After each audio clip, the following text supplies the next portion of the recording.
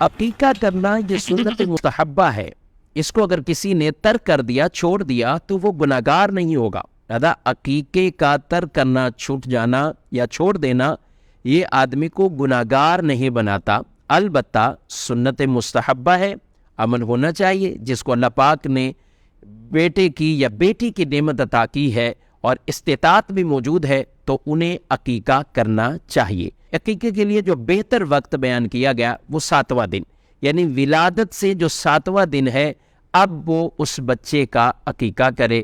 اگر 7ویں دن سے پہلے ہی کسی نے عقیقہ کر دیا تو بھی عقیقہ ادا ہو جائے گا، اور یہ بھی ضروری نہیں کہ 7ویں دن ہی ہو، اس کے بعد عقیقہ نہیں ہو سکتا۔ اگر کسی وجہ سے 7ویں دن عقیقہ نہیں کر سکے تو ٹھیک ہے، آپ 10ویں دن کرنا چاہیں، 12ویں دن کرنا چاہیں تو آپ عقیقہ کر سکتے ہیں۔ ہاں، زیادہ بہتر یہ ہے کہ 7 دنوں کی رعایت رکھتے رہے۔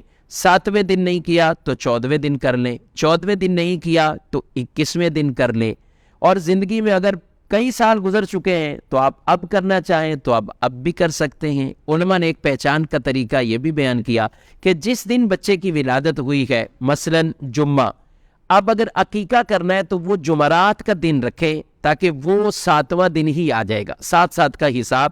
لیکن یہ حساب کوئی قطعاً ضروری نہیں ہے۔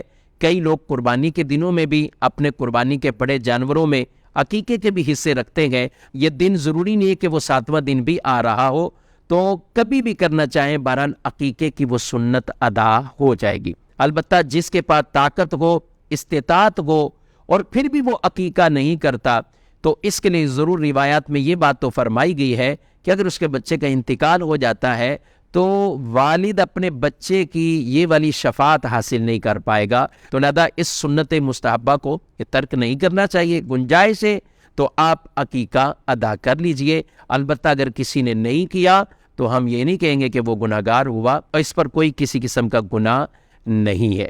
عقیقے میں بیٹا ہے تو اس کے لیے 2 جانور، 2 بکرے، اور بیٹی ہے تو اس کے لیے 1۔ اسی طرح بڑے جانور میں جہاں 7 حصے ہوتے ہیں تو بیٹے کے لیے 2 اور بیٹی کے لیے 1 حصہ، اور اگر کسی نے بیٹے کے لیے بھی 1 ہی مینڈا یا 1 ہی بکرا وہ عقیقہ کر دیا تو بھی اس کی سنت بہرحال ادا ہو جائے گی۔